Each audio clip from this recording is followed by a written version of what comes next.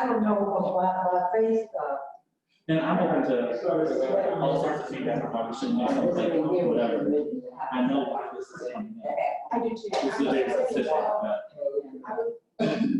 Well, I have my body, mine will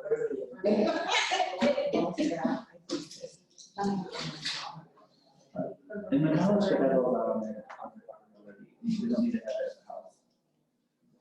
at the house. So, yeah, I'm gonna. But if we were gonna get into a discussion, I mean, we need to put some parameters. Oh, yeah.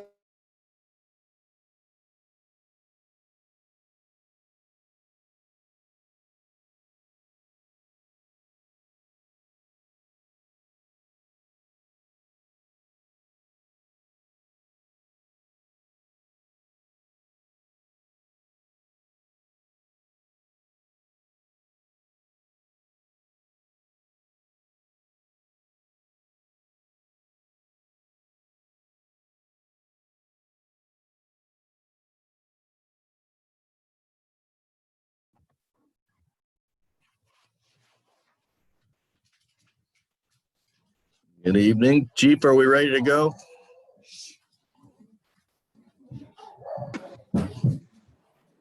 Ready? Did you see what's on the front steps? Yeah, we're ready now.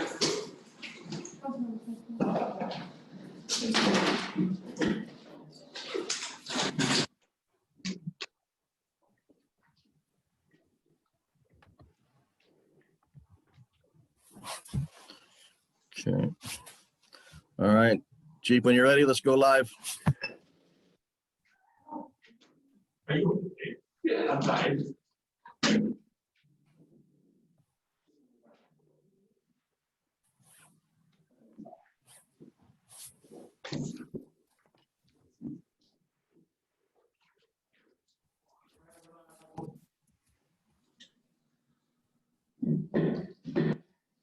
Ready to begin, Chief?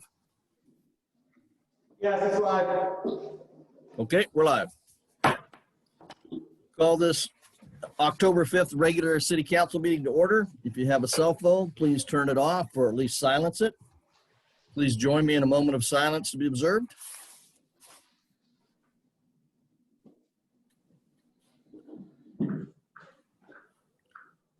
Please stand and join me in the Pledge of Allegiance.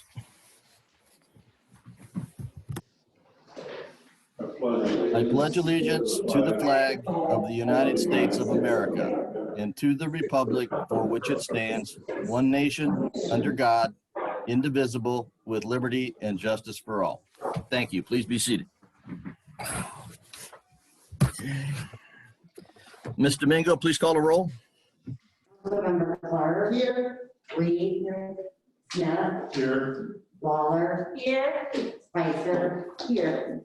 Williamson. Here. And Mayor Atkinson. Here. Okay, so let's see here. Okay. First is approval of the agenda. Are there any additions, corrections, or deletions to the agenda?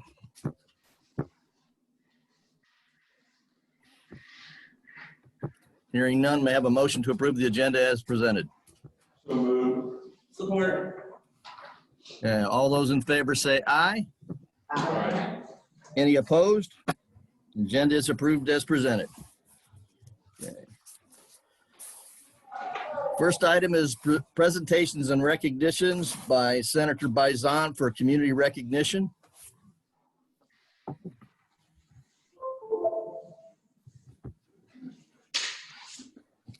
Thank you so much for the opportunity to join you this evening.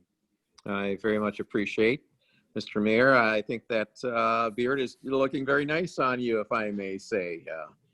You're getting ready for the Christmas season, I have to imagine. I apologize. I'm feeling under the weather this evening, so I'm at home, wrapped up, drinking tea. I can understand that. I believe an ancient remedy from back when I started was a little bit of whiskey in that tea, but I don't know if that's commonly accepted anymore. In about an hour and a half. I have from the state of Michigan a special tribute. It's to the Albion Mayor, Dave Atchison. And rather than saying a lot about the tribute, I think that what I'd really like to do this evening is to simply read it for you, because I think that it says it all. This was prepared by Karen in my office, and it begins, "Let it be known that because of his leadership so is shown throughout the COVID-19 season and his dedicated vision to seeing that Albion residents receive care and services necessary to battle COVID-19, the state of Michigan commends Albion Mayor Dave Atchison and thank him for his continued efforts on behalf of the city of Albion. Early decisive action ultimately proved to be a success in slowing the spread of COVID-19. Mayor Dave Atchison was among the first elected officials to publicly, in a written statement, urge Albion residents to wear masks in public settings. Early on in the pandemic shutdown, Dave took the lead to establish the opportunity for Albion to address the homeless population by discussing the opening of a local shelter. In pure leadership manner, Mayor Atchison held a virtual meeting to identify COVID challenges and possible solutions to help mitigate some of the negative impacts to the Albion community, including the community's economic health. He is a credit for taking the lead on asking the Michigan Economic Development Corporation, MEDC, to immediately adopt HUD expanded community development block grants, and ultimately resulted in providing clear guidance on eligible activities for which supplemental funding could be used. Dave was also one of the first local leaders in Albion to make direct requests for federal assistance to create a COVID-free testing site in Albion. His exceptional community work in 2020 went beyond the COVID-19 response. His local stance in ensuring an effective transition plan and provisions for displaced workers from Star Commonwealth amid an ordered shutdown played a key role in moving Albion forward economically, and the work continues. In special tribute, therefore, Mayor Dave Atchison is acknowledged and given special thanks for his community work in Albion in 2020. May the community know of your efforts in making Albion a great place for living, recreation, and working. And I am presuming that you cannot see me, and I cannot show you a copy of the tribute, but I hope to get it into your hands very shortly. Well, I'd love to take a picture with you at the presentation. Hopefully Karen can arrange that sometime into the very near future. Thank you, Senator. I greatly appreciate it. I'm humbled and just doing my job, but it is a challenging time. It has been, and you've done an excellent job. I remember the many conversations you and I have had in the past, and you know, I always enjoy getting your insight and your feedback on issues that we deal with at the state. And you know, I appreciate the way that you listen to some of the challenges that we have up there, and your comments do not go unheeded, sir. Sir, I appreciate the fact that you're always there. I've called you in the evenings, on weekends, in the mornings, and it's very reassuring to know that when I need to get a hold of you, I can. And you, as you well know, you have an amazing staff person, Karen Todd, and please give her my thanks as well. I will do that, sir. Thank you. Thanks, Senator. Okay. We have no public hearing this evening, so we'll move into the first session for public comments on agenda items only. Individuals wishing to make public comments have 3 minutes. We ask that folks maintain proper decorum, no profanity or vulgarity, do not impugn the motives of members of the public, city employees, or elected officials. Chief, who do we have for public comments this evening?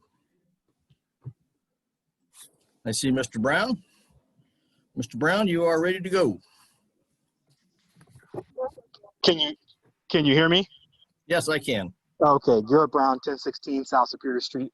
A couple of things. So one, I just want to make sure that we also acknowledge Albion College and also the Albion Healthcare Alliance that were instrumental in the COVID testing. So we don't want to overlook those those entities in the community that made that possible. So I want to acknowledge them.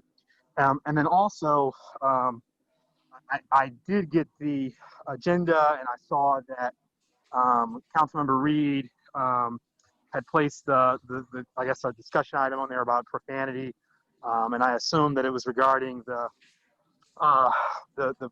protests, the rallies against police brutality. I don't know if there was some a consultation with Attorney Harkness, because there's some very clear First Amendment things going on there.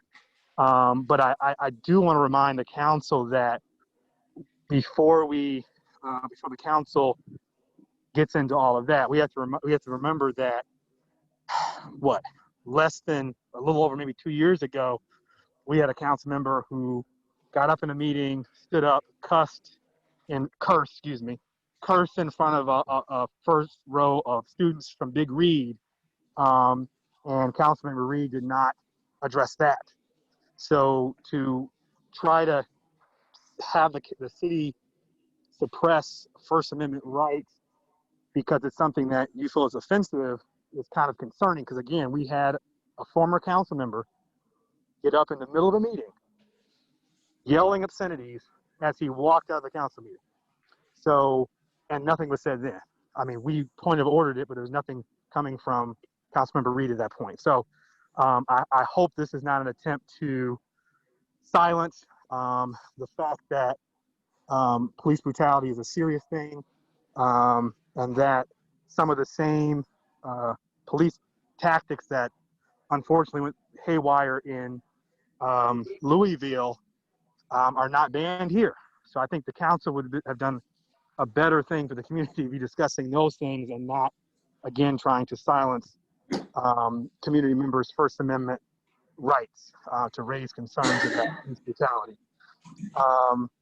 That's it. Like I said, I think that this is not the time for political posturing, but saying how can we address to make sure that what happened in Louisville, what's happened in Minneapolis, what's happened in across the country for a long time doesn't happen here.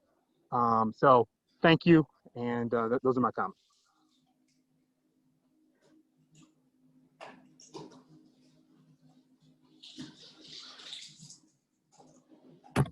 Do we have other public comments this evening?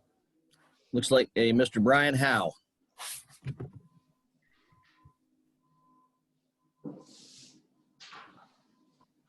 Yes.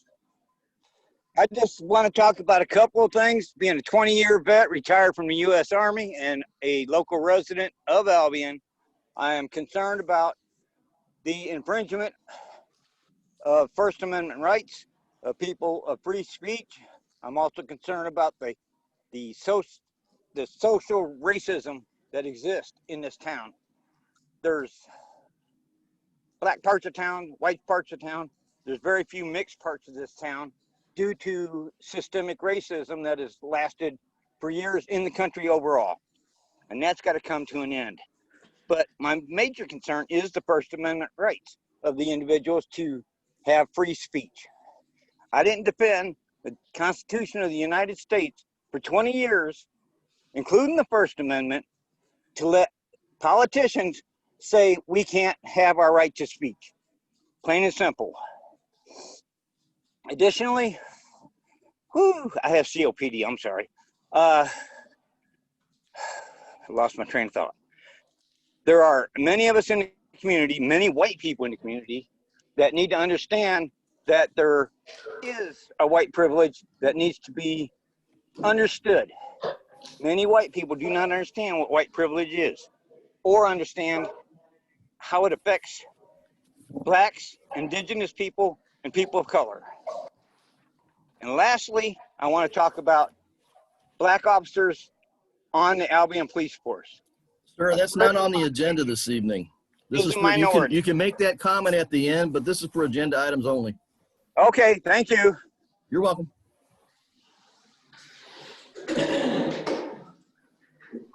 Are there more public comments this evening? Ann?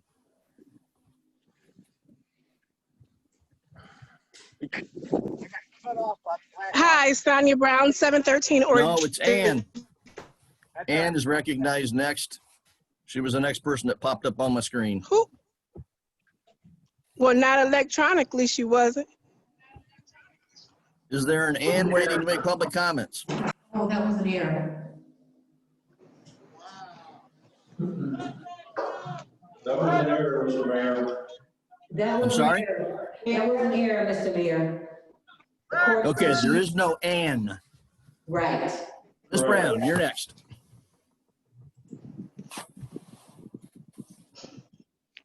Thank you. So, I want to say very briefly, Albion City Council, this is an opportunity for you all to be proactive. This community has a history of being reactive and sitting back and allowing things to happen to us. This issue of systemic racism is not new. This deflection of bringing attention to someone's First Amendment freedom of speech right is just disgusting and sickening. When you compare what's going on in this country to the issue that is being discussed tonight about language, there is no comparison. You have an opportunity to address policies, make policy changes, and be proactive to prevent a Breonna Taylor, an Ahmaud Arbery, George Floyd from happening right here in this community, because we all know it's possible. So I urge you all to focus on your next agenda, the issues that have been brought to you by Albion Standing, and stop ignoring the obvious problems that have been looking this Ms. community Brown, in the Albion face for Standing is years. not on the agenda, and I believe you're referring to a discussion of profanity, but the other issues you're talking about are not on the agenda. But you So are absolutely welcome to make those comments at the end. Are you having public comments, or is this my time? Stick to the agenda. I am. It's just not what you want to hear. Thank you. I'm done. Do we have any other public comments on the agenda this I'm evening? ready to raise hell. Fuck him, man. I can't stand James. We will not tolerate profanity. Are there further public comments? No. Okay. So I would point out to my colleagues, nowhere on this agenda is it to talk about censorship. No one is talking about censorship. We're talking about vulgarity in public because a council member requested it. Next item, consent calendars. May I have a motion to approve the September 21st, 2020 regular session minutes? So moved. Second. We moved and supported. All those in favor say aye. Aye. Are there any opposed? Hearing none, consent calendar is approved. Next item, items for individual discussion, Resolution 2020-52, a resolution to direct the city attorney to draft an amendment to Chapter 14, animals, to allow for exemptions for the keeping of livestock in residential zoned areas as emotional support animals. May I have a motion?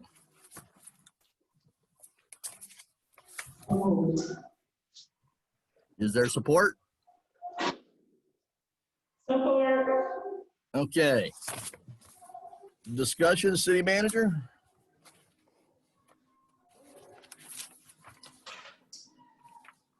With this resolution would make a change to the current ordinance to allow for residential, livestock animals to be kept within residential areas within the community.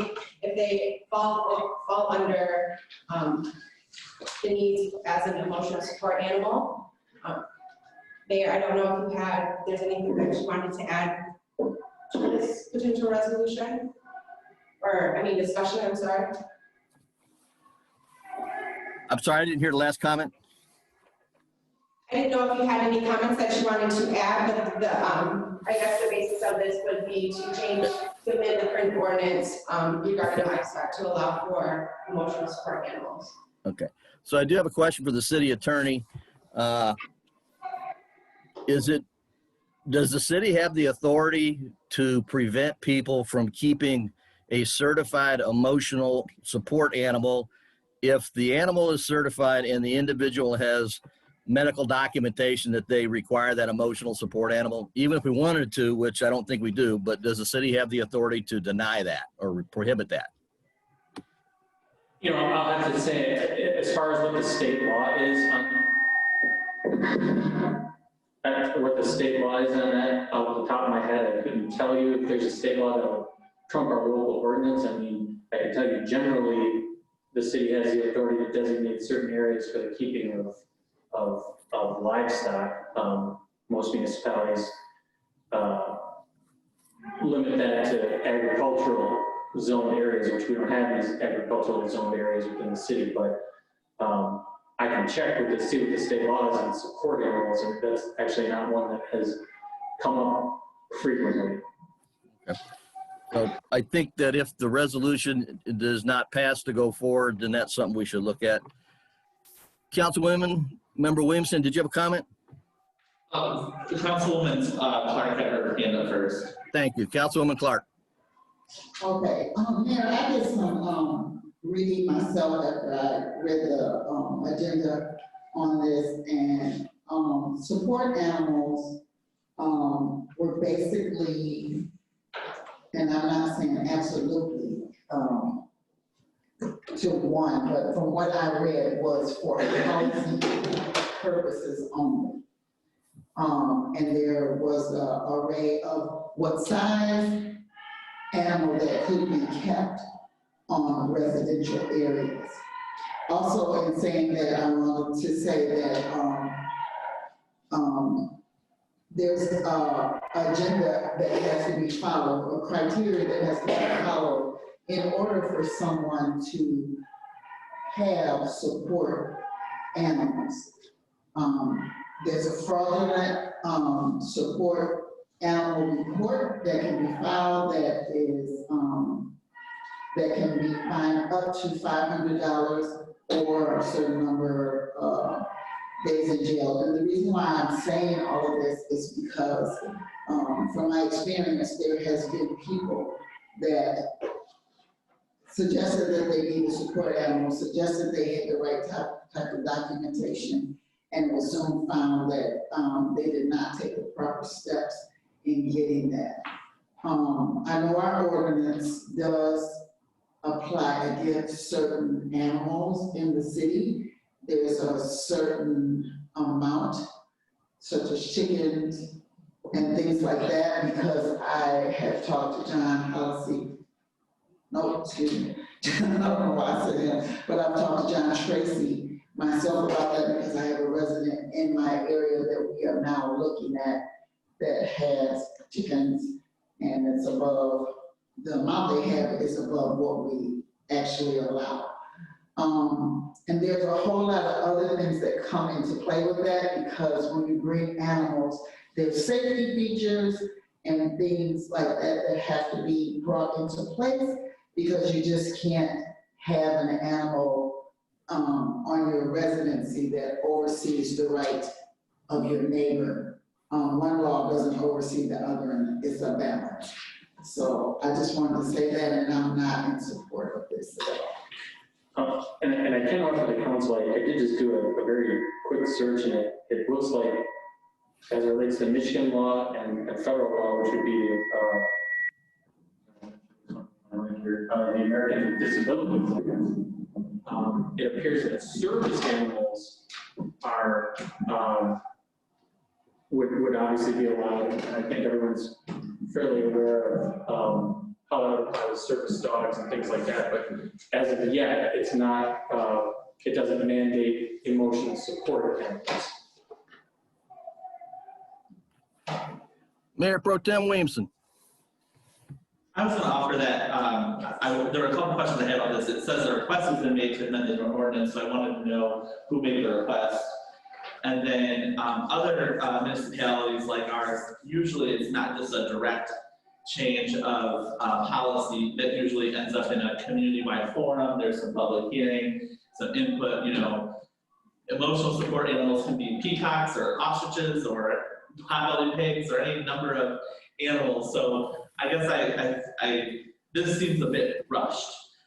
So I just wanted to know if there's an urgent situation that needs to be addressed and who is requesting it, and then offer to council that we maybe put this out to a group of people who, I mean, because I know that there are people who would like to have not only emotional support animals, but other types of animals that maybe don't meet the normal dog and cat number of chicken policy. But is there a way that we could maybe move this into a work group of interested individuals who want to then bring back the policy to council for passing? Thank you. Councilwoman Reed. What animals are we talking about? Because across the street from me, there is a pig, and the pig got loose, and it almost caused the lady to have a heart attack. It almost caused an accident. And then these animals, if they're not dogs or cats, where do they use the bathroom? And are they allowed to be loose in the yards? And to me, this seems like not quite a suitable thing to do in the city. What type of animals are we talking about? Talking about goats, 2 goats. Oh, Well, it could be any. Councilman Smith. Just for clarification, I believe the city attorney could verify this, but I do believe, just addressing what Mr. Reed just mentioned, our ordinances do prohibit any type of swine. Okay. So the way that the ordinance reads as of right now, it says no livestock, which would include pigs, cows, goats, things of that nature. It says no livestock, animals, or fowl. And then obviously we built in the exception for chickens. So other than customary household pets may be housed in any residential area or within 100 feet of any residential property. can or cannot? Cannot. Okay. Mayor Pro Tem Williamson. Mr. Mayor, would you be able to address who is asking us to amend the policy? You seem to know that it's 2 goats. I'm wondering who is asking. I could, but I'm hesitant to do that because I don't know that the individual or organization or whatever that's asking should color our judgment.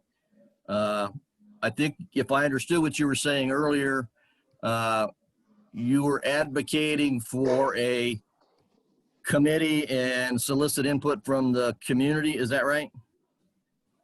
Yeah, so I did want to know who made the request. It says the request has been made. Who made the request? I'm not sure why that makes a difference, but it was Albion College. For transparency, sir.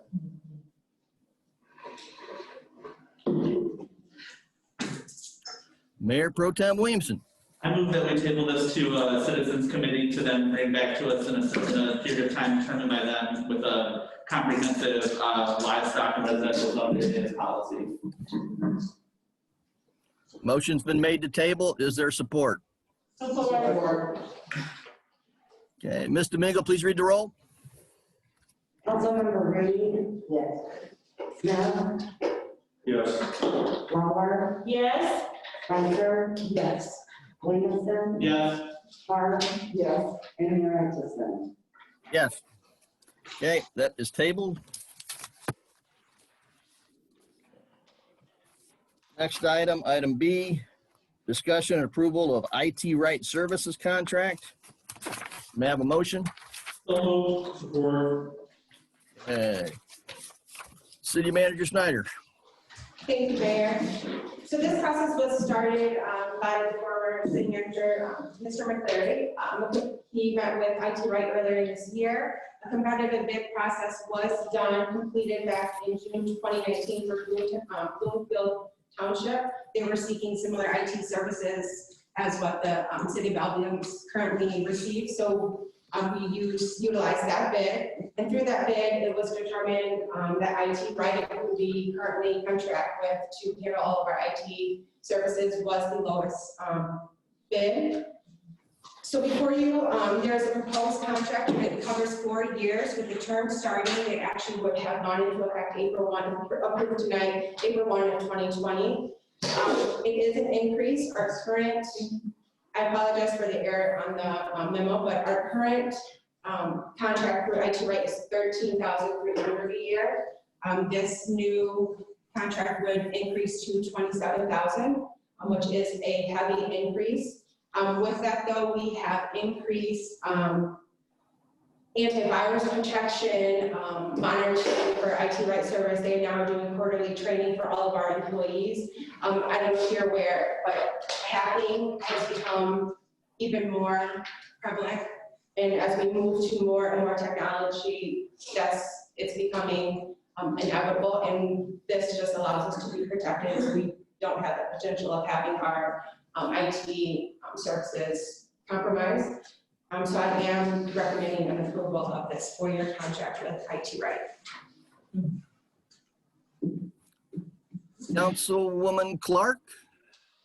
So with this increase, is there any other features that would be added to our technical? Yes, they are. We have unlimited annual labor service contract, and then we also have remote backup. I mentioned they have started doing quarterly training, so that will kind of train all of our employees to not click on the links that we get from the viruses, spamware, in different trainings, just to improve our knowledge on different things out there that deal with IT and tech services. They do provide us a remote backup. They were just on site last week doing quarterly server checks, so they will be coming on site, making sure that our servers are working properly. So yes, we will receive an increase of services with the increased cost of this contract. So with their software, I was wondering, is it at all possible, or with the increase, is it all possible that we could look into having incorporated into that a bill pay system of some sort? So people could pay their electric, their water bills and their other bills from at home? That's a possibility, but I think that's separate then from IT, right? That can more so with our BSNA systems that we use. That's a different software program, but it's an option that we can look into, and it's a feature that would be supported by, yes, this IT service.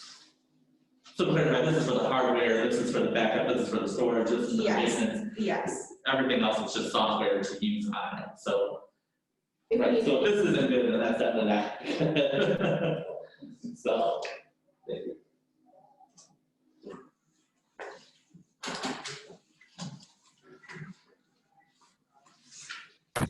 Are there any further questions from council?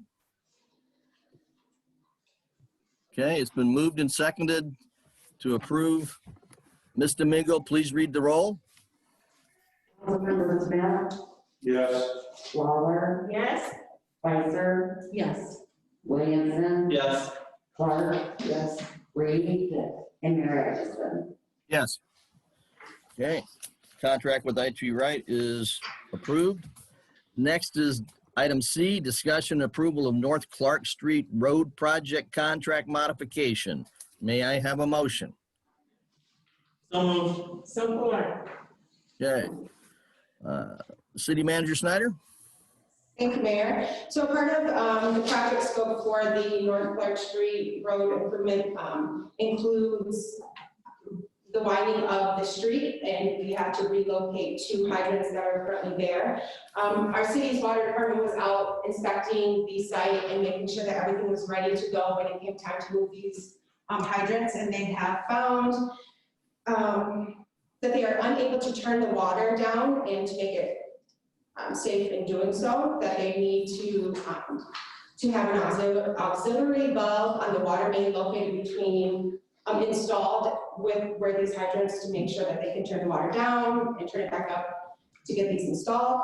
They also are unable to completely shut down the water main between Broadwell and North Street. To do that, they have to turn off the water for that entire area. So they have recommended that a permanent inline water shut-off be installed just North Street. This would allow, if we ever have an issue in that area, they can just turn the water off specific to that street instead of having to affect an entire section of the city. It just makes sense to have these necessary pieces of equipment installed while we are doing work in that area. So I recommend the approval. The contract would have an increase of $18,900. The proposed increase, though, however, will come from the water fund. Questions by council?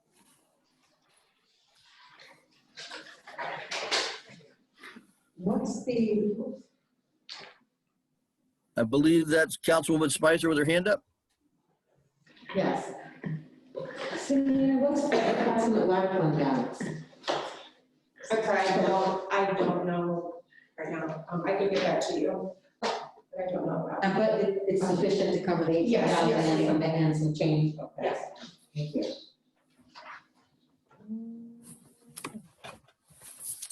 Are there any further questions by council? Seeing none, Mr. Migo, please read the roll. Councilmember Waller, Yes. Spicer, Yes. Williamson, Yes. Clark, Yes. Reed, Yes. Smith, Yes. and Mayor Ister. Yes. Next is item D, discussion enforcement of city ordinances, authority and process for granting exemptions.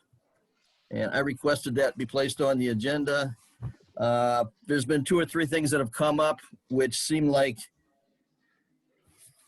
good reason to be more lenient or make it a temporary exemption or exception. And so I'd like to have a discussion with my colleagues whether we can pursue looking for some method to grant the city manager a little bit more authority. And I will ask the city attorney, because I've had discussion with him, to explain what we can and cannot do, or at least what's permissible. But I'm happy to be able to have flexibility to make exceptions when it's a clear-cut good reason to do that. And then I would expect the city manager to notify city council, city attorney, the affected departments, et cetera, and put it in the next city manager's report. But I'll ask you to explain what can be done, what can't be done, city attorney. Well, so here's where I'd start. I mean, there's not a methodology where we can adopt one thing and say, okay, the city manager can now override the ordinances in place. What would have to happen in a hypothetical world is, whatever ordinances we're looking at would have to be amended to include the ability to exempt individuals or groups based on specific circumstances. Depending upon what ordinance it is, that might be limited by state statute. It's not without precedent. I mean, obviously, when you look at zoning ordinances, there's zoning boards that allow for variances and things of that nature. Those are permitted by statute.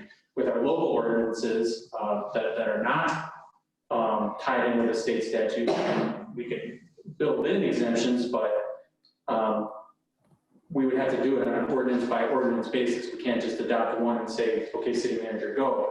From a logistical standpoint, I think the council has to be careful because I think it's a slippery slope. If you exempt one person because you maybe think an individual or group is deserving, I think you're running the risk of having every other individual and similarly situated individual coming to the council and saying, okay, now do it for me. And then if you don't do it, what happens? Do we end up with a litigation target on City Hall? So it's not to say that it's not doable. I think if council goes down this road, you'd have to pick which ordinances you're specifically looking at, and I would tread very carefully. Mayor Pro Tem Williamson.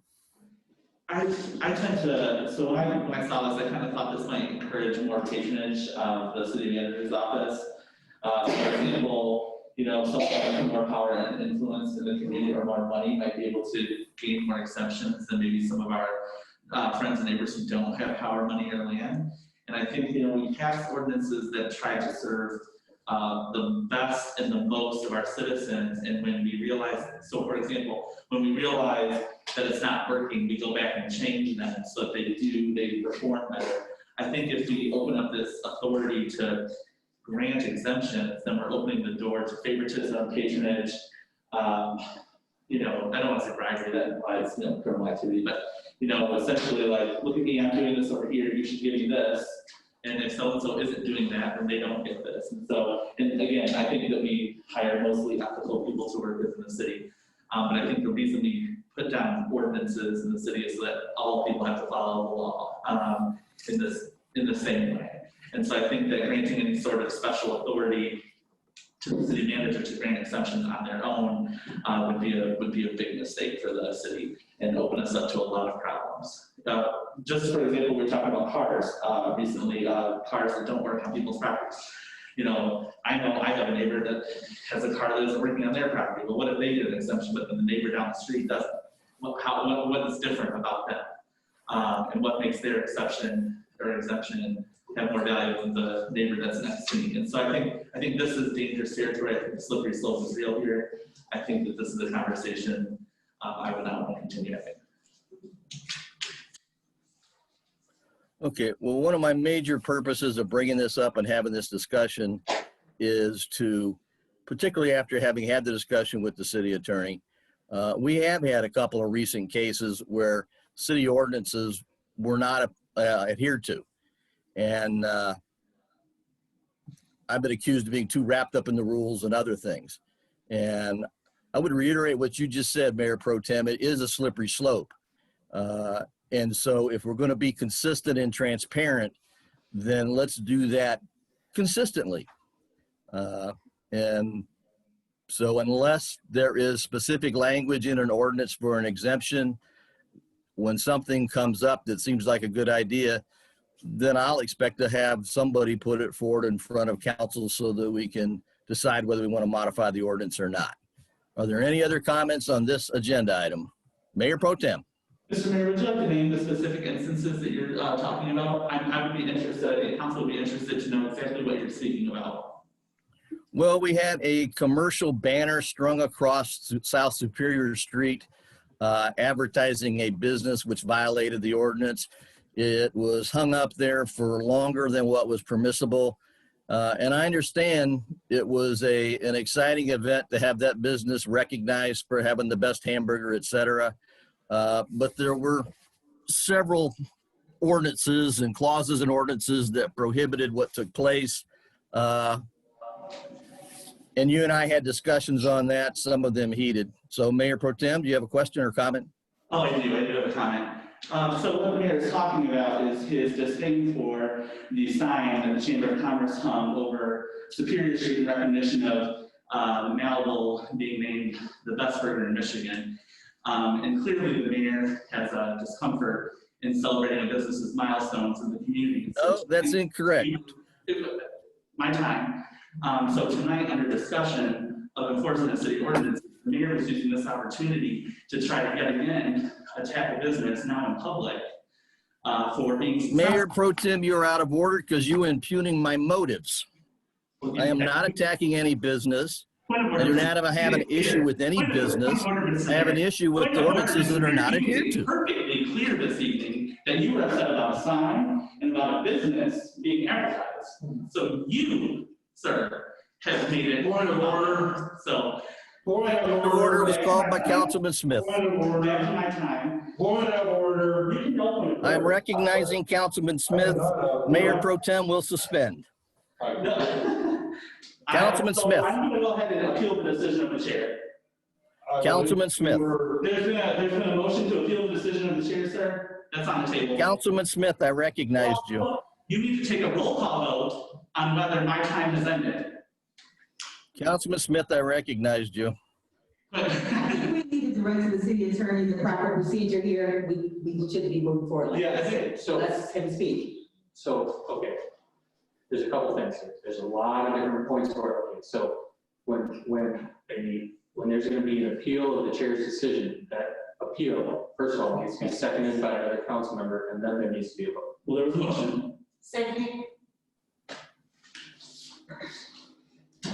What happens now? Then is there a discussion on the appeal? Could be, Mayor Pro Tem. So I am questioning the chair's decision to try to silence me on this matter, as I know that I was not out of line. I know that he outlined his specific reasons, which included a business being advertised and having a banner hung over the downtown. And I was not disrespectful in my actual discussion of this. In fact, I had to talk over himself and Councilmember Smith to be able to continue my point. I'm asking my colleagues to overrule the decision of the chair to silence me during this time and give me back my time on the floor. So no would mean. So no would mean you want me to be quiet and I don't get my time back. Yes would be, we would like to overturn the decision of the chair and allow Shane to continue to speak and make his point. Yeah, well, I can only hear half of what you're saying, but I believe we're at the point of having a roll call vote, and then we'll come back for further discussion. Ms. Domingo, would you call the roll?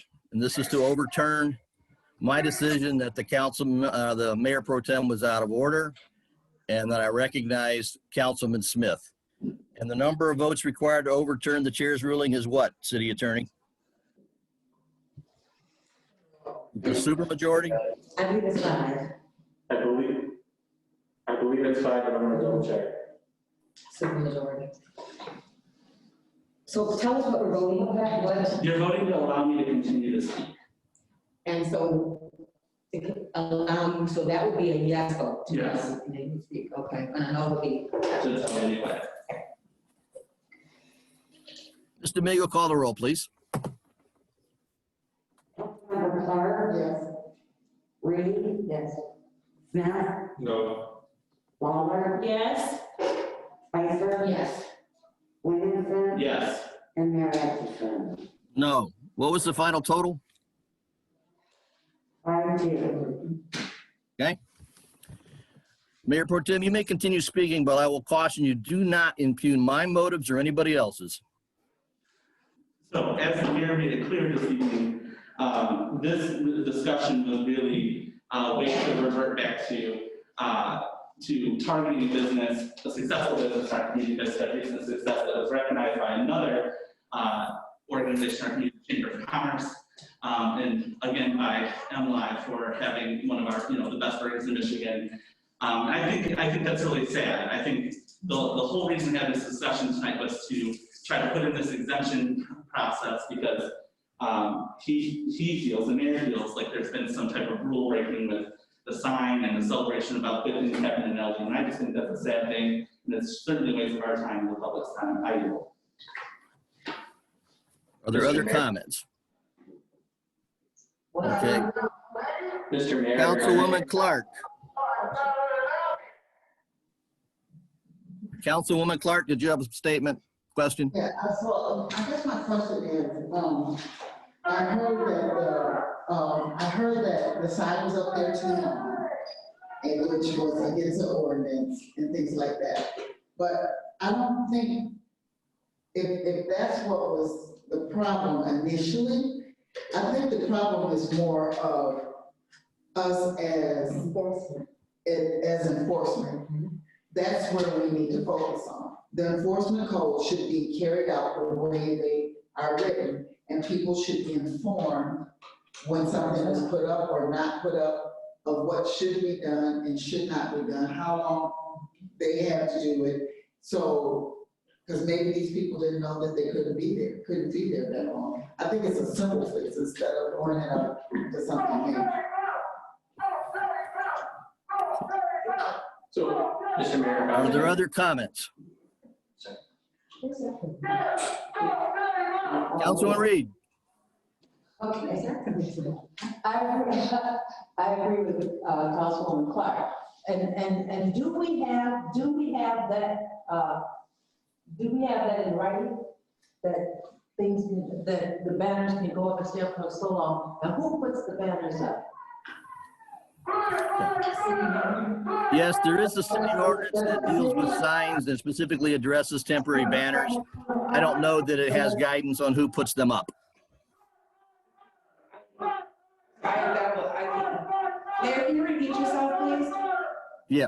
So there is an ordinance that deals with signs, including temporary signs, which includes banners. And there's specific guidance in there in writing as to what is permitted.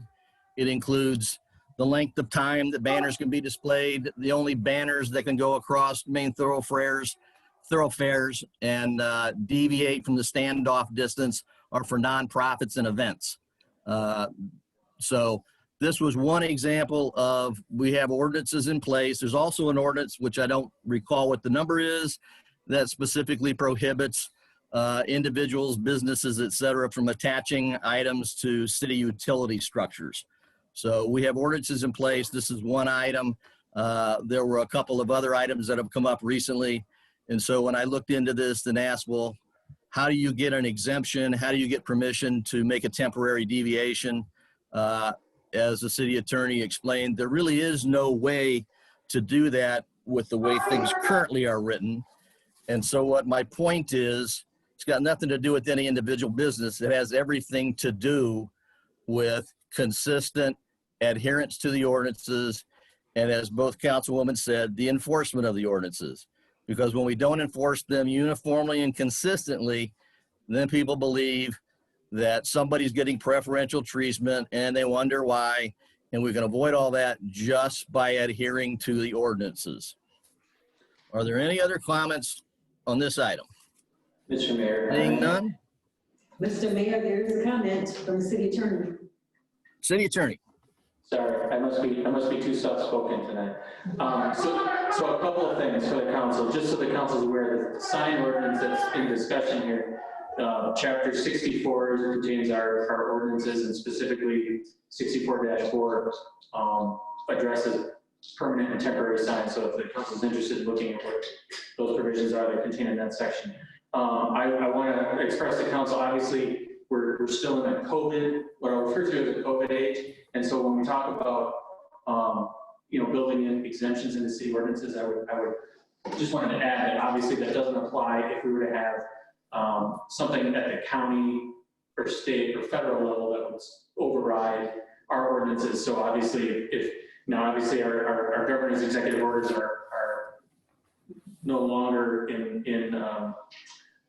in place, but had they been legitimate, that would override our ordinances. So when the state says you have an exemption, we don't need to worry about local exemptions. So I just wanted to make that clear for council. Mayor Pro Tem. And lastly, the council rule you were asking about for the appeals, it's silent on, so it would just be a simple majority. Mayor Pro Tem. I think a couple of weeks ago at a council meeting, I said I wanted to commit to doing things that are better for our community. I think if we're going to look at an ordinance and say everyone, is a way to only get people to comply with something rather than a way to change, so that businesses can flourish, or that organizations can flourish in this community, I think we'd be looking at things the wrong way. And so I'm hoping that going forward, as we look at our ordinances and look at making changes, we're looking at things that are pro-business, that are progressive for organizations in our community, that can make more things happen. I would like our ordinance to be less restrictive and more encouraging business activity and economic activity all over this community. So that'll be my final comment. I have a question. Councilwoman Reed? Spicer. Oh, Councilwoman Spicer. I just want to ask the city manager, maybe I missed this with all of the voices that are flying around the room. But when someone applies for a banner, do they come to City Hall and request it? Is there a permit required? And they pay a fee? To request a banner, I'm not sure. The request that the banner got, that was a request submitted to the city manager's office from the chamber. I don't know if the chamber normally handles the banners for Albion College Homecoming. I know that's one that goes up, that's a little before it, but the request was submitted to the city from the chamber. Okay, so in that vein, because the city is aware that we've granted a permit for banners or such, then when they allow that, do they give the person information like, you have this amount of time? A sheet saying, do they verbally tell them, or do they give them something written, or do they need it? I mean, so how do we inform someone when they make a request such as putting a banner that, you know, this is required, this time, and or do we not? That it was not provided to them. I will share, it didn't come down on time because we did not have access to a bucket truck to take it down. So it came down later than it normally would have. And I will share that the chief actually took his fire truck and took it down so that it was down and abided by the correct ordinance. So it was a city fault, it was a city thing? Yes, so we just have the equipment to get it down on time, but. Okay. Councilwoman Reed. I was just gonna ask some of the same questions that you were asking, because I think it's good that we acknowledge the positive things that go on.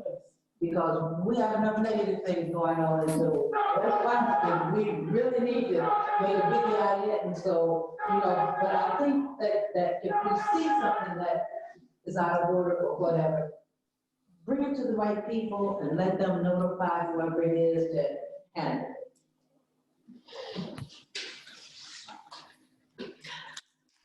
Seeing no further comments, we'll move to the next item, which is discussion, city policy on waiving city fees for community service events by nonprofit organizations. Well, can I have one more comment before we move Placed on? on the agenda specifically because we are in Mr. COVID-19 and our recreation, city recreation programs have been placed on hold for an indefinite period of time. We have a variety of nonprofit organizations that are hosting events, putting things together. And we have some things that happen on an annual basis, recurring basis, Healthy Babies Day, the Big Read events. And so the question is, for these nonprofits that are providing a service to the entire community, is there interest on the council's part to authorize the city manager to grant them an exemption from the park and pavilion fees?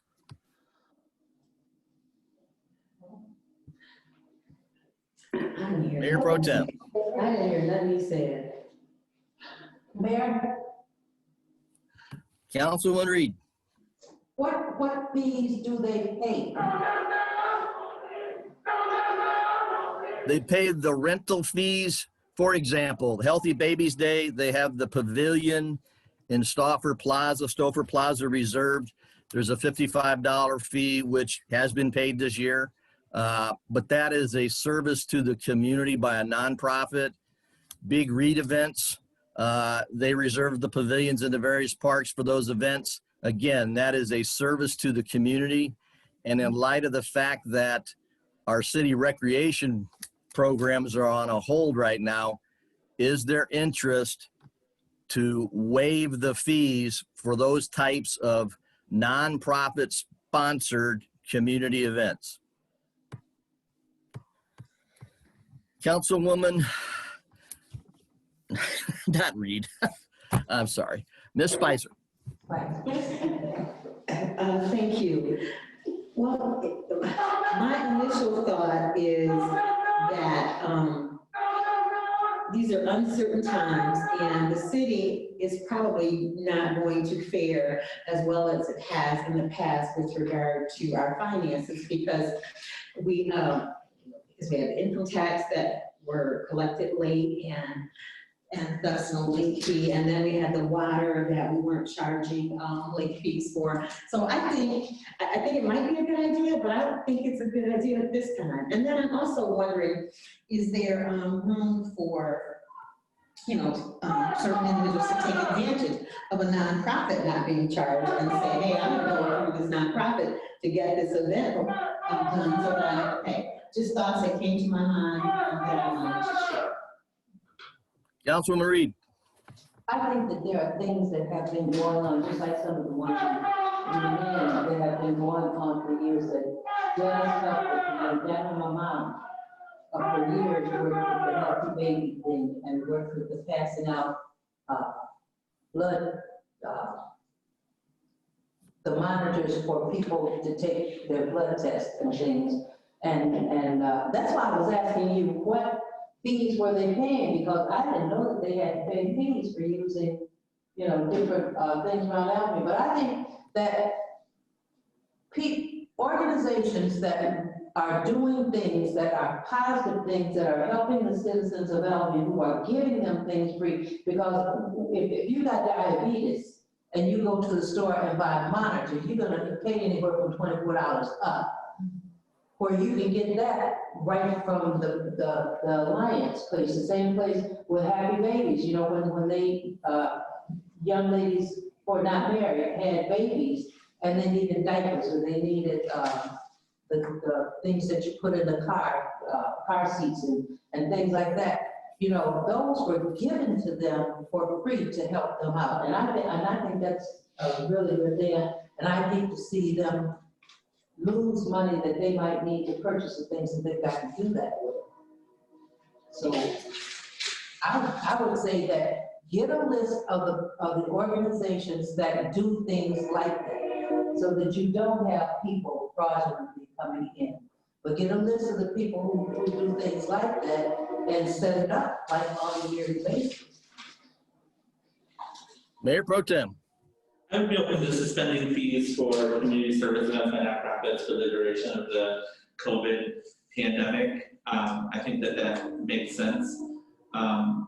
So but I think we would need to revisit it afterwards, because we don't have a cost analysis in front of us about how much the city will lose on the back end from this. But I think that during this really uncertain time, I think it makes sense for us to remove any barrier from a nonprofit organization from serving the community, whether it be food, Healthy Babies Day, Big Read, any sort of, especially the outdoor facilities and venues where people are feeling the most safe to attend events and receive services. So I can support a temporary suspension of fees. But then also I want to know, I guess, on the back end, how much we would lose if we made this a permanent change. And then again, the justification moving forward as to why the average citizen would have to pay $55 to rent the pavilion for their family barbecue versus the nonprofit who might actually have more money than the average citizen to do so. So I think that I would be in support of temporary suspension of those fees if we were asked to vote on that in the future. And then also, in addition to suspending the fees during COVID, any fees that were accumulated since March 20-something, 3rd, or whenever we were put into this pandemic mode, reimbursing those fees back to those nonprofit organizations who have done services from the community. I yield. Mr. Mayor, if I may. City Attorney. So a couple things to the City Council. One, I will say our finance director contacted me with a valid concern, in that we have to keep in mind that a concern would be, even though the city's waiving the fee, is that effectively a donation to a non-public entity. Now, while it may be for a public, something that may benefit the public, it is still a private entity, and some of these causes, and a lot of the groups that have been discussed are excellent. They do great things for the community, but they're not things that the city could do on its own. And when you look at all the guidance provided by the state and the courts on municipal expenditures, it has to be something that's for the benefit of the public, but also a service that the city can provide itself. So that's one big note of caution there, depending on what the entity is and what they're doing. The other note of caution is, when you look at these groups, the nonprofit groups, and I think it was Councilwoman Spicer that made an excellent point, is, it's not that the groups that we have in the city have gotten their nonprofit status by, just frivolously, but to be fair, it's not hard to get 501c3 status, and the city would be well advised to be extraordinarily cautious in that if you start saying, well, we're going to waive it for these groups, but then not waive it for another nonprofit group that might have a message that the city council may not agree with, you're setting yourself up for litigation. And so my suggestion would be, I think a far better approach for the city would be,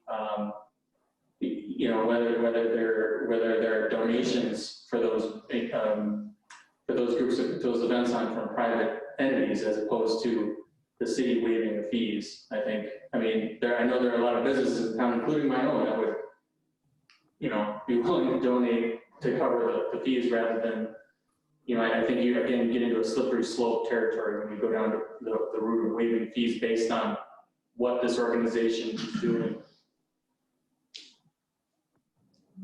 Are there any other comments by council?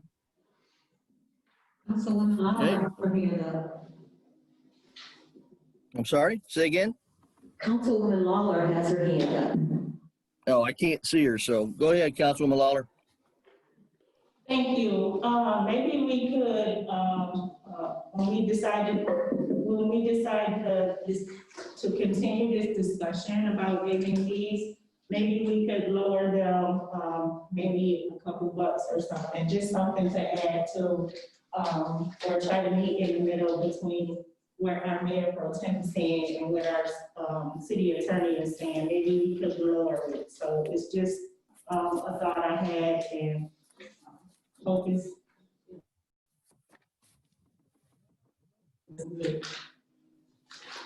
Are there any further comments by council or city attorney or city manager? Seeing none, we'll move to the next item, which is item item F, discussion of profanity in public. And I'll turn it over to Councilwoman Reed. I wrote this out because I wanted to make sure I had it to where anybody wanted to see it. And so that I said exactly what I was thinking. After the demonstration that was held on the corner of Superior and Michigan Avenue a little over a week ago, I received several phone calls and a picture of the demonstration. People were upset, some outraged, and stated their opinion. I listened and then said, whether we like it or not, whether it's right or wrong, we live in a country that gives us freedom of speech unless we are threatening someone. If the sign had said, kill the police instead of blank the police, that would have been different. Even though it did not say kill, the derogatory word used was offensive and demeaning to me, the people who contacted me, and I'm sure to the police. I am elated to live in a country that has freedom of speech because the atrocities that have been happening in the African American community needs to be exposed so that everyone knows the unfairness that is happening. My take on it, some police are not worthy of the badge that they wear or the position that they hold. But that is not all police, and certainly not Albion's police officers.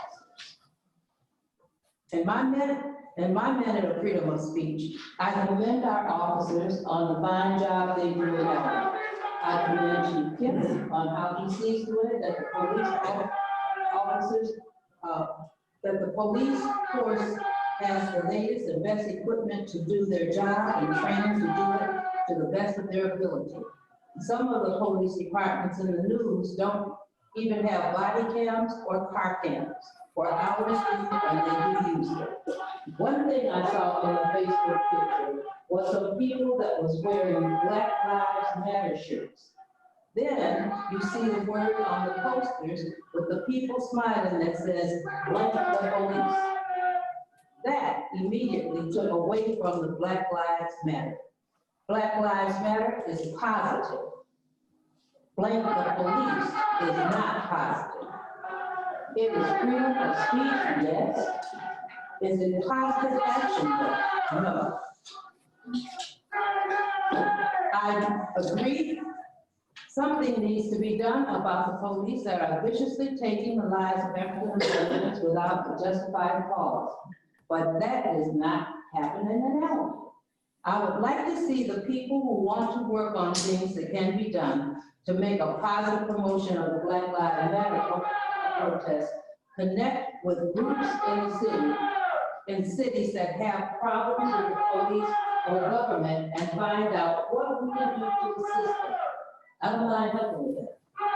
If it's donate money to make signs or start a petition to get signatures to pass a bill or change or to make a law that brings it to an end, an end to what's happening, something other than what is being done because it's not working here.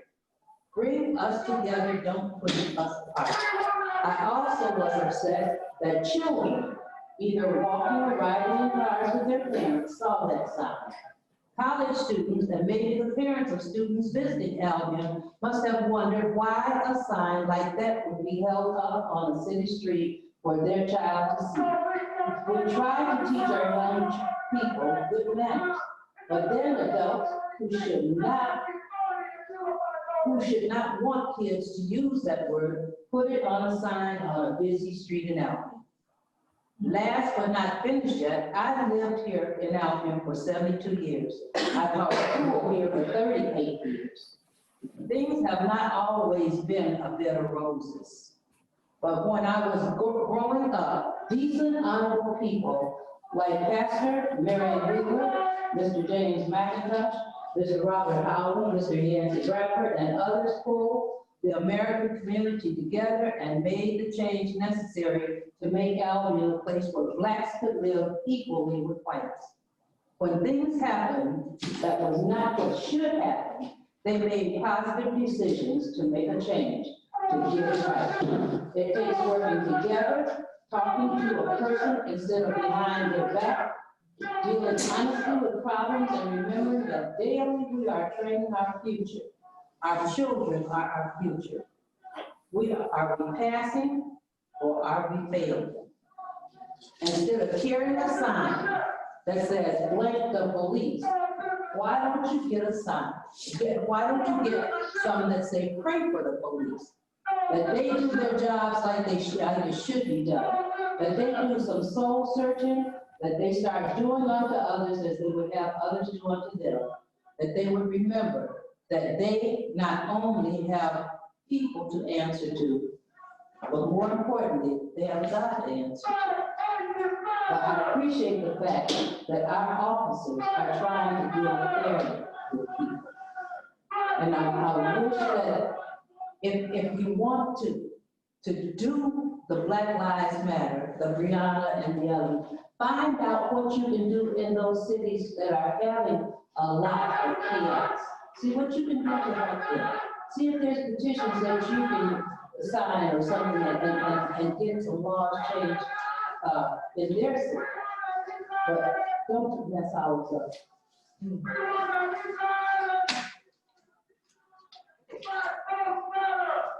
I'm through there.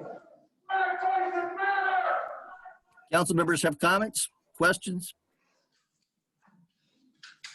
Okay. So I don't think that this is an issue of censorship because nobody's trying to stifle anybody's views and nobody's talking about regulating anything. But we should have a discussion in the future for eliminating Ordinance 5897, which is a one-sentence ordinance that deals with insulting, annoying conduct in public.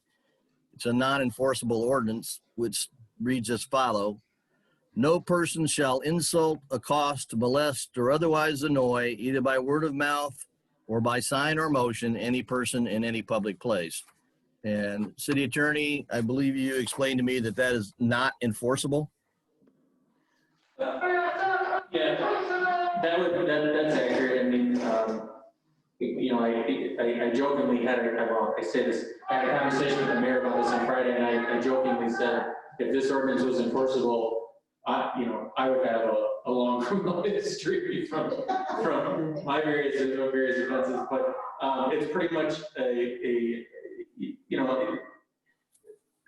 just to give the council kind of a frame of reference, there's a very old Supreme Court case from the U.S. Supreme Court. It's kind of taught as Constitutional Law 101 for law students. It's Cullen versus California, where someone was wore a jacket making a derogatory statement, an expletive regarding a draft, and they were cited for disturbing the peace. And the U.S. Supreme Court said, you can't do that. I mean, it's freedom of speech. Freedom of speech is not without restriction. Obviously, you can incite violence and you can't use obscenity, but to the extent that we have that ordinance on the books, it is unenforceable, and at least in its current form. A lot of cities and townships have something like that on the books. It's from many years ago, 1970-ish, back when that type of thing was actually penalized. I would not try to enforce it, would be my recommendation. So if we're not going to try to enforce it, then it probably makes sense to repeal it. Any other comments by council? Okay. Next is item G, contract for tree cutting services. May I believe this is to approve this. Is that correct, city manager? Correct. Okay. May I have a motion to approve the contract with Rusty Four Farms for tree cutting services? So moved. Is there support? Support. Thank you. Okay, discussion, I'll turn it over to you, city manager, and then I do have a couple questions. So the city manager is pointing at me, Mayor, if you'd like me to just briefly go through it. Okay. Councilwoman Clark, do you want to ask your question first or after the city attorney? Yes, I would like to.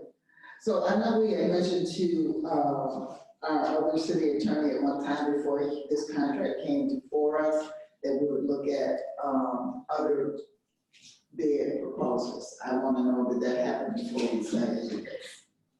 This was we only received one bid. We only received one bid from Rusty Four Farms. So because of the complaints from the city and some of the people around the city about the conditions of the trees and what wasn't taken care of, and then there were other complaints about people saying the trees were cut down that were not supposed to be cut down, that were perfectly healthy trees in neighborhoods. That was something that was brought forward before we decided to do anything with Rusty. So I think I would make a motion that before we decide to sign a contract, because of these concerns of the people of the city, that we do as they have.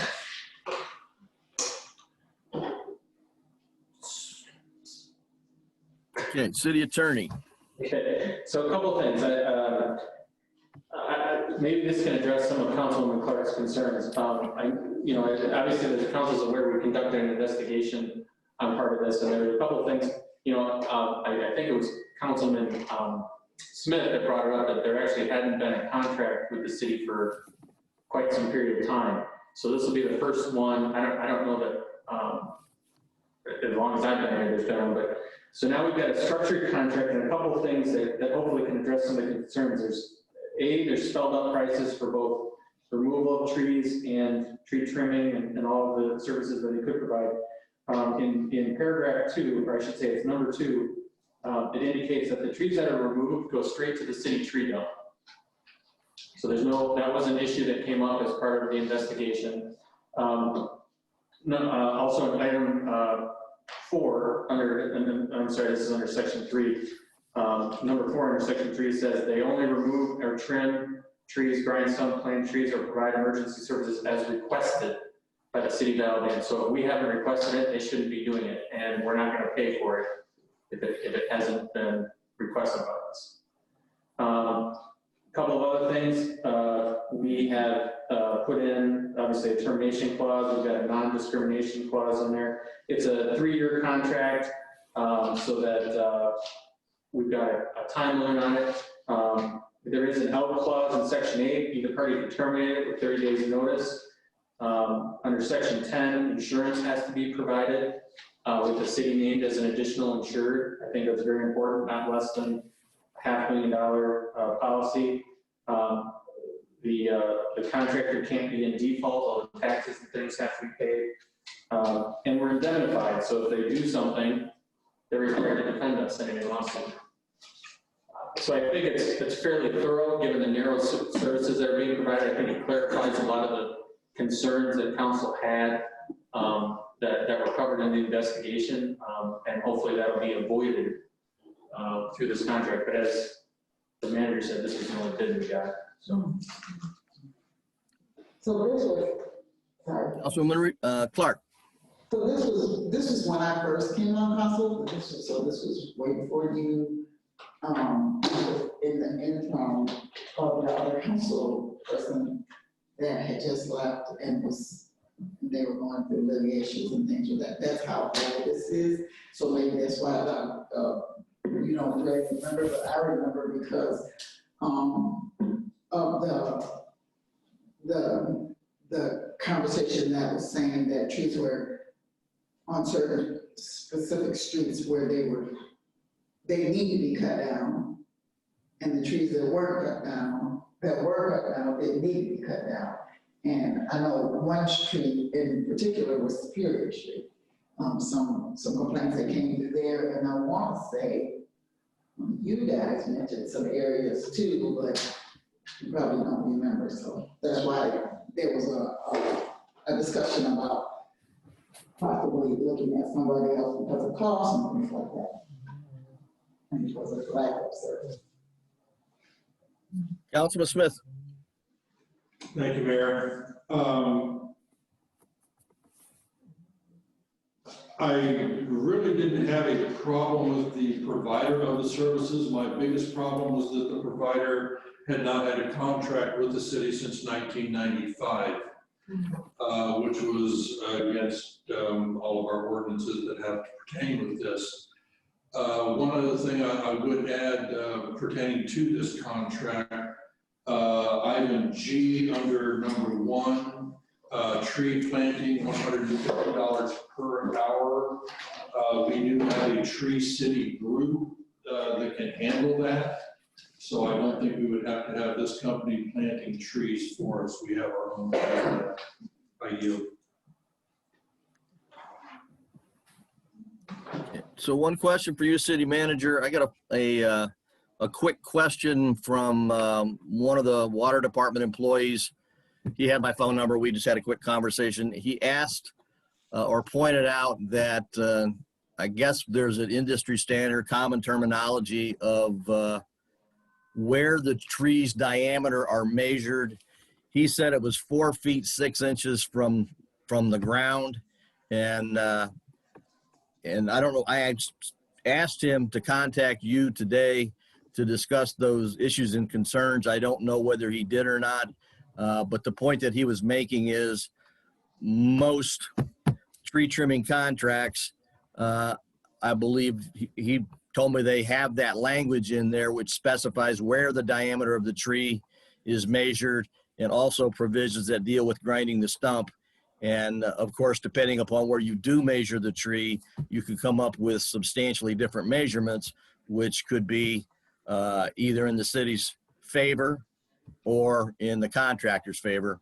And so I would ask if you've had a chance to have a conversation with him, Mr. Loomis.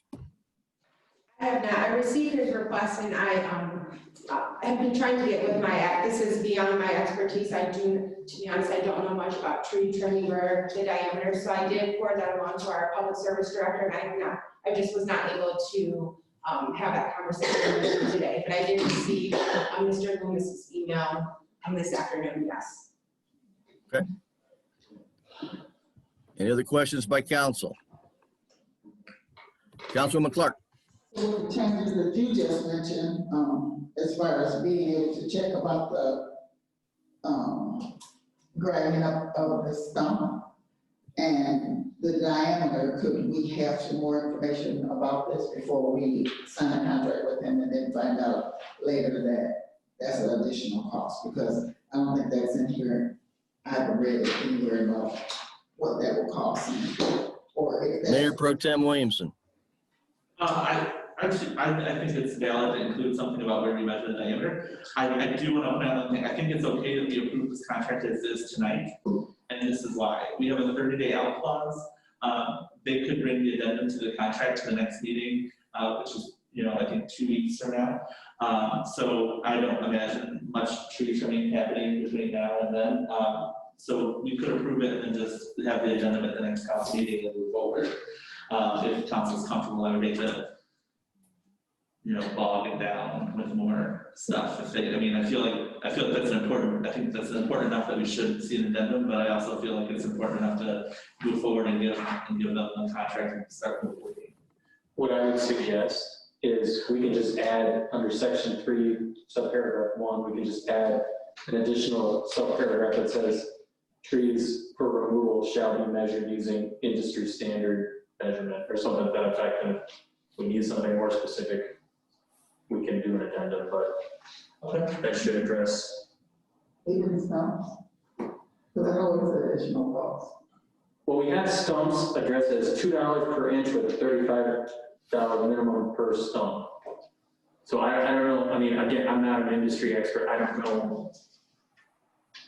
I need to talk to someone. Councilman Smith, you had a question or comment? I guess I just wanted to be sure about item G under number 1. Would it be removing tree planting or just not used? My suggestion would be you leave it, but it's not a service, they can only provide the services that are specific to requests.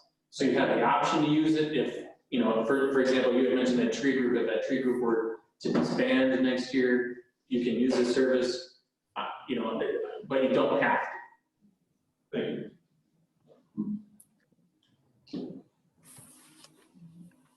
Okay, any other comments by council? Mayor Pro Tem Williamson. I move to amend the section 3 and add item J that says diameter of trees will be measured using industry standards. Is there a second for the amendment? Second, yes. Yeah. All those in favor of amending the contract as stated by the Mayor Pro Tem say aye. Don't have to do individual votes. I think it's a good discussion. Sorry? Well, it's gonna require an individual vote, it's not money. So, Mr. Mayor, generally, if there's an amendment, you'd have discussion on the amendment before voting. Okay, is there any discussion on the amendment? Seeing none, all those in favor say aye. Aye. Any opposed to the amendment? Okay. Now, it's been moved and seconded to approve the contract for tree cutting services with Rusty Four Farms with the amendment to insert the language. Is there any further discussion? Councilwoman Lawler. Thank you. So I just wanted to ask, are we all clear and don't need Mr. Rusty Farms to come in and explain what his diameter is? Are we all clear on that? I'm sorry, I could not understand what you said. No, I was just asking, was we all clear on about the about not having having someone come talk to us about this diameter and how he looks at it? So I was just asking for some feedback. I think we just, didn't we just amend the contract to address what she just said? Yes, As long as we all clear. but we certainly could ask the city manager to have an explanation for us at the next council meeting. Okay. Any other comments by council? Seeing none, Ms. Domingo, please read the roll. Councilmember Clark, No. Reed, Yes. Smith, Yes. Waller, No. Spicer, Yes. Williamson, Yes. and Mayor Atchison. Yes. Okay. Next is future agenda items. Any council members have, Councilwoman Clark? So I think we need to, discuss having, a town hall meeting with the citizens of Albion, so we can discuss the Black Lives Matter, issues that are coming forward.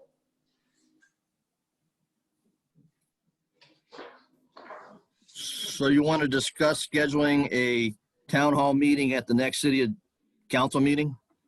Yes, so they, we get the, put in place. Other future agenda items?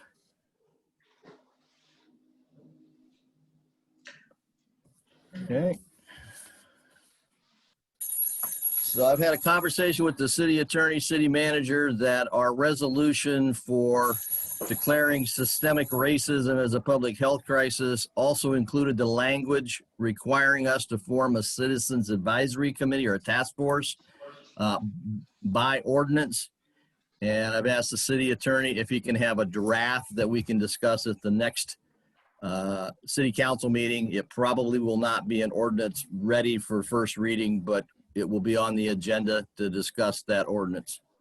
And Mr. Mayor, just so you know, I did email a preliminary draft to you, the manager, and the clerk this evening.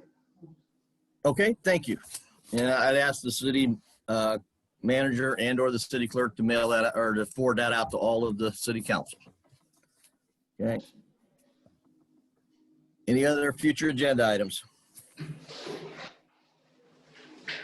Seeing none, we'll move into public comments. Persons wishing to address the city council shall limit their comments to more than 3 minutes. Proper decorum is required, no profanity, and do not impugn the motives or character of members of the public, city employees, or local elected officials. And members of the public may have comments on any topic they choose. Hello? Who do we have for Mr. Brown? Yep, Garrett Brown, 1016 South Superior Street. A couple of things. One, I just want to remind the council, because I think it's really apparent, especially with the impugning people's motives. That determination is not made by the mayor or the chair. That's made by a majority of the council. So I'm pleased that the council took a stand and against the bullying and actually determined that they were going to allow the mayor pro tem to finish his remarks. So again, it's not what the chair says, it's what a majority of the council says. The next thing I'd like to say is just a recommendation.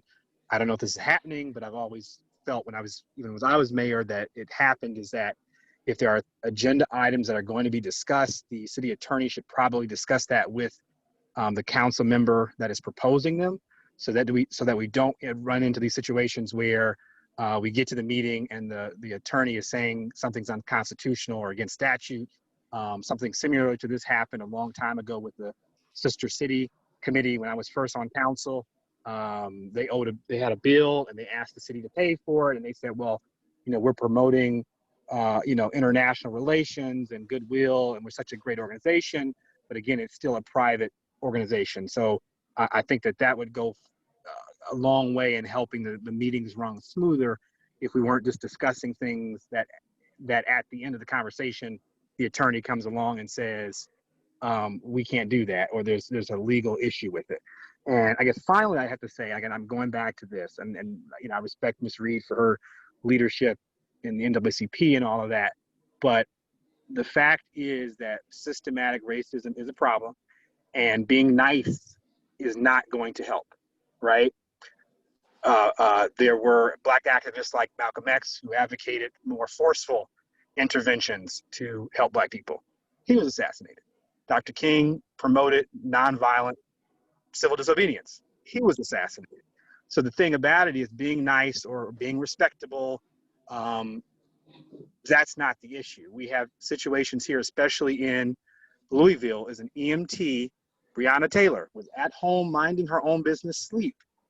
A no-knock warrant, officers came in, she was dead, right? So that we're missing the point if one curse word is a concern over people dying, because that's the reality, right? So you're more concerned about a sign than people's livelihoods, even the disparity with COVID, in terms of African Americans dying more frequently. These are social issues and they're real, and we cannot hide behind, oh, there's an offensive word. Time's out for that.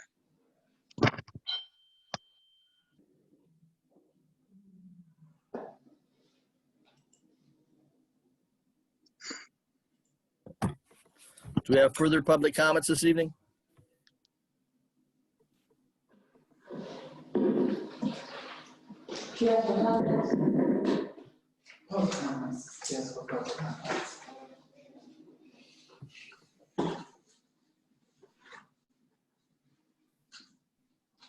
Okay, seeing no further public comments, we'll go to the, Mr. Howe. Yes, I'm sorry, Brian Howe, 213 West Erie Street. I'm sorry, I forgot to unmute my mic. Anyway, I'm sorry about earlier about not knowing what the agenda was. I've come to find out it's posted on the bulletin board outside. My apology for that. Also, my apology for raising something earlier that needed to be brought up now. A couple concerns. I'd like to thank the city attorney for his comments reference freedom of speech, number one. Number two, I'm concerned about the quality of our police force. I'd like to see it where we have more of a community-based police force where the officers actually live within city limits, live in the neighborhoods, and I'd like to see more minority officers on the police force. We have a third of the population is I call them, it's in a book I'm reading, BIPOC, which is Black, Indigenous, and people of color in this city, but we have no minority officers on the police force. We do have, what, 3 women at least on the police force, but no minorities. I'd like to see some minorities added to our police force. Additionally, there is a book out there, and whether or not anybody else ever reads it or not, but it's called White Supremacy and Me, or Me and White Supremacy. It's got to do with white privilege and how to break yourself of your white privilege. It's a 28-day thing. It's available on Kindle and ebook, and it's an excellent book to get out of the white privilege thinking that many people have and don't even realize it. It's a real thing, and many of us, and I know I didn't, and I'm 65 years old until recently, just how lucky I was. So, and this brought my awareness much more up to date, and I'm trying to get better at it. That's why I'm out here every night the last couple weeks or so. So anyway, that's the end of my comments. I'd like to thank everybody for being there, and I appreciate all your support. Thank you.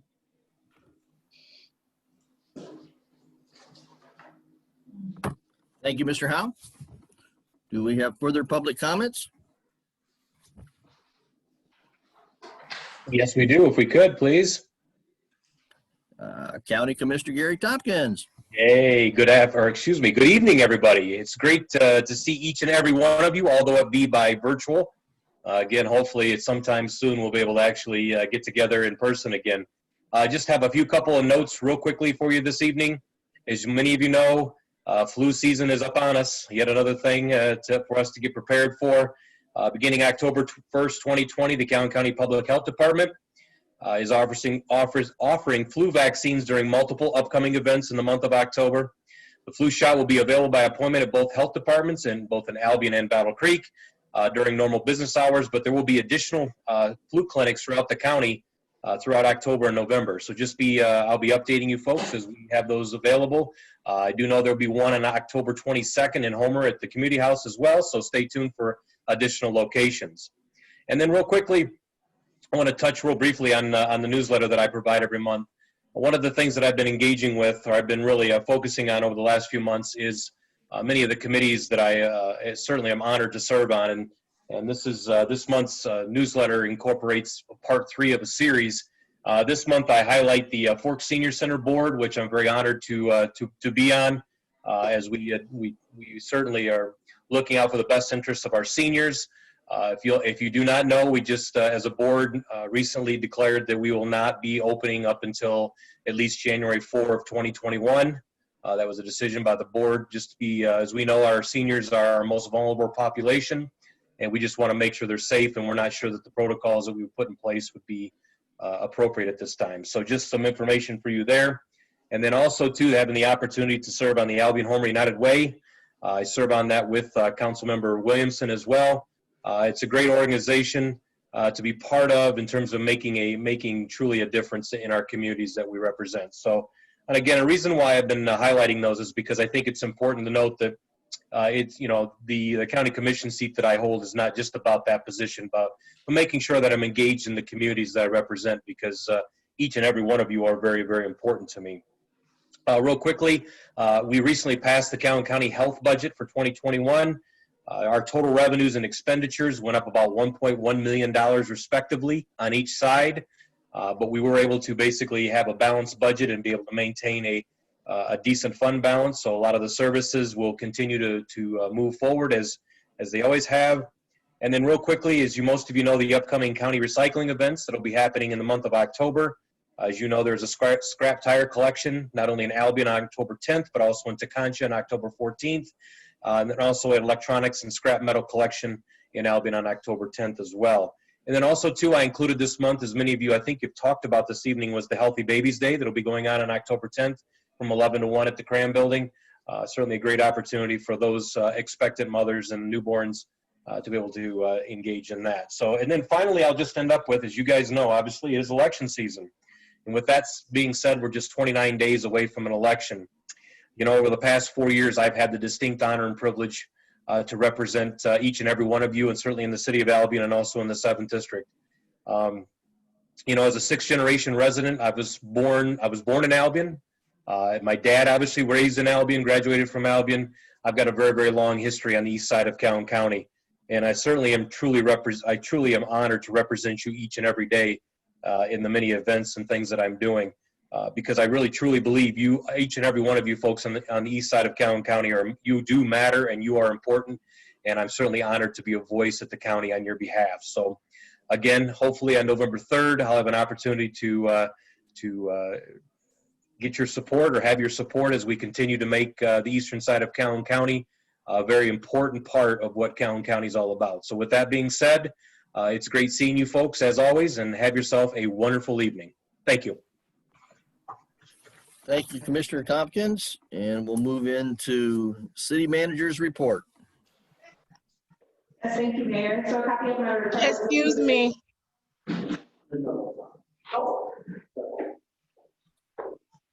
One more public comment. Okay.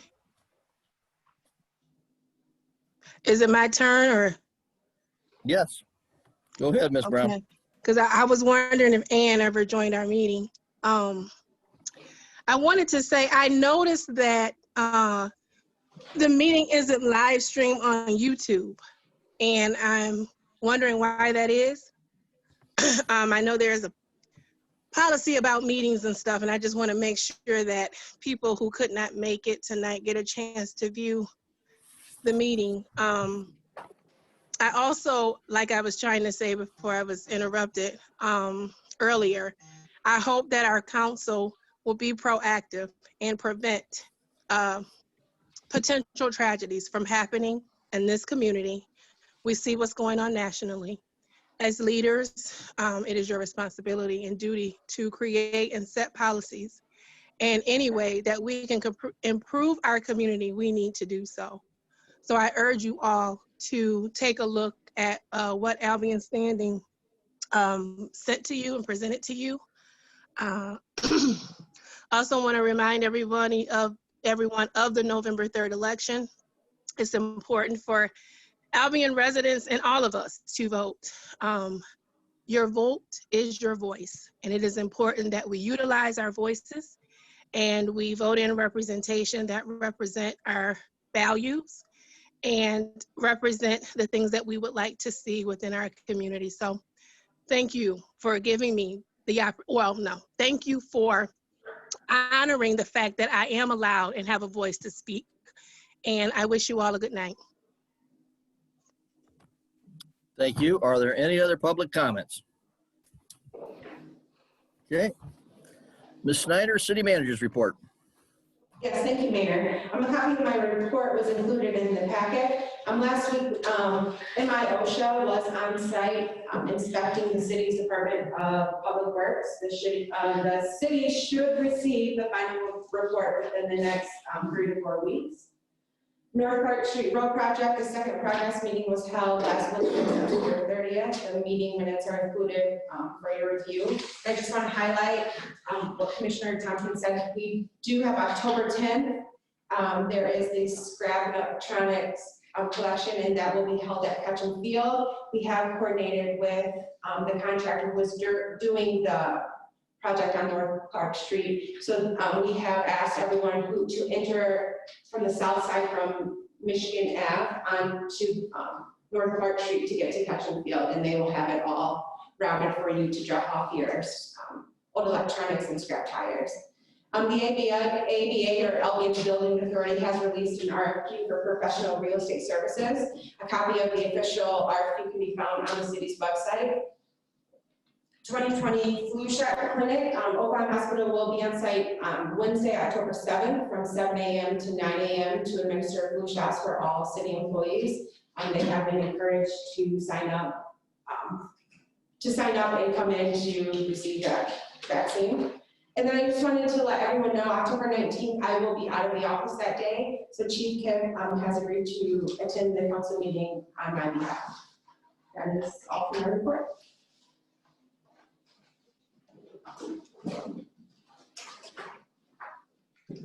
Managers report. Any questions from council? City managers report?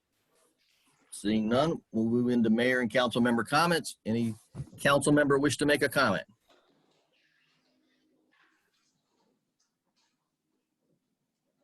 Councilman Reed.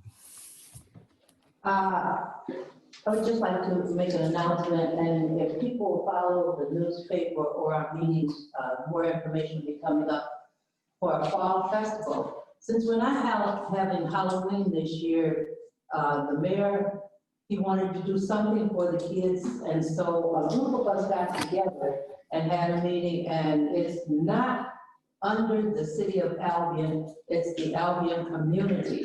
And on October 31st at the Community High School parking lot on Watson Street, we're planning to have a fall celebration. Celebration of fall, it's called. And this is going to include, if kids want to dress in costume, we're going to do superhero costumes.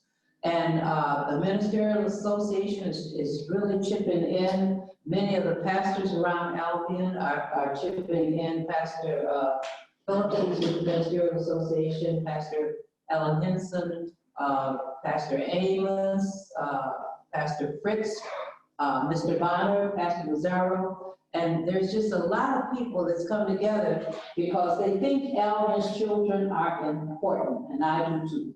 And so this is going to be on the 31st at the Opportunity School from 3 until 5 o'clock. There they're going to have games, they're going to have prizes, they're going to have jazzerciser with the young man who comes to Albion with the watch and jazz society.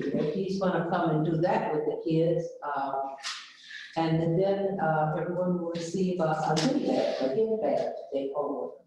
So we'll be having more information coming out as this goes on. If someone has bags of candy that they want to donate, then drop it off down to the Palmer House. That's right behind Parks Drug Store.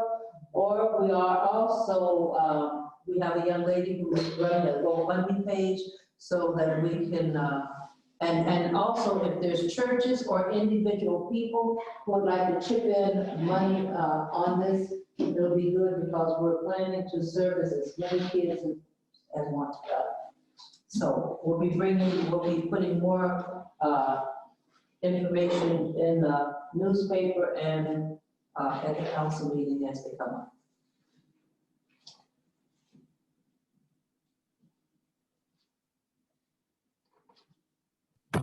Any further? Councilwoman Lawler.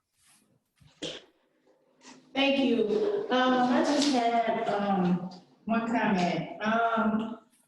When we decided to open up City Hall back to the public, did we ever include having people come in and to council meetings? And if we did, can we know the procedure? And if we did not, can we inform the public of why they can't come in during council meetings? Thank you. So one of the logistics issue is within the space of the council chambers, it's limited to 10 people for proper social distancing. So when all council members are present, the city attorney, the city clerk, we're like at capacity. I think we've counted it up, it comes to 10, so. Yeah. Oh, city manager, that's the one I forgot. I apologize, Ms. Snyder. So With the city manager, city clerk, city attorney, and 7 members on council, that's 10, and that's the capacity of council chambers. Okay. And we're also limited by 10 people inside the building unless that gets lifted. So, any other council members have comments? I do. Councilman Spicer. Thank you. Mayor, you said earlier, you asked the city manager to do something with regard to the resolution on as a healthcare crisis, racism. What did you ask her to do earlier? I guess I didn't hear you. What did you instruct her to do? City Attorney Harkness had emailed a draft of that ordinance, putting together the task force. So I was just going to send that out to all of council to review that. Okay, so the mayor asked him to develop the draft of The resolution. The resolution. Requires the ordinance. Okay, all right, I just wanted to make sure that was the case, because I was thinking that moving forward on that, being the person who presented the resolution and then later co-presenting it with Councilwoman Clark, I thought, okay, I wanted to include it. We needed to do that in discussion because we will be having a meeting here very soon to discuss things with regard to that resolution ordinance, such as makeup of the task force, discussing a direction and that which we will certainly involve council. So I didn't want anything to be happening this year I was not aware of. Thank you very much. So we've asked people to, if they're interested, to submit their application. And I have asked, as I've informed council before, my colleagues, that I've asked the city manager to serve on that task force. And I know she'll put an application in, but we did receive an application, which then triggered we don't have the ordinance, which the resolution that was passed previously requires that we establish the task force via ordinance. So that's what motivated me to ask the city attorney, could he have something ready for us at the next council meeting? And he has outdone himself and provided a draft, and he provided that to the city manager. And as she explained, I asked her to provide that to all of council. Okay, any other comments by council members? I haven't finished my comment. Thank you. I also wanted to mention that, while I appreciate that, I hope to meet with Councilwoman Clark so that we can possibly discuss some individuals that we'd like to invite to make up that committee, where they're professionals or just individuals in the community. We want a variety of people and ideas and to make up that task force so that we get a good mixture of experiences and ideas. That was all I wanted to say. Thank you very much. Any other comments by council members? Remarks? Okay. We have no absent council members this evening. Ms. Domingo, please call the roll. Councilmember Clark. Mr. Mayor, we need a motion. Make a motion to leave. Somebody needs to make a motion to adjourn before you go. Move to adjourn. Second. What's the motion for? Adjourn. Well, the agenda has a roll call prior to adjourning, so. Oh, no. Yeah, it's in the council. I think that's more, I just think now. Okay. So are we doing as usual, or are we doing a roll call? Roll call. Councilmember Clark. Here. Reed. Here. Smith. Here. Waller. Here. Spicer. Yes. Williamson. Yes. And Mayor Atchison. Here. Now may I have a motion to adjourn? Second. All those in favor say aye. Aye. Aye. We are adjourned.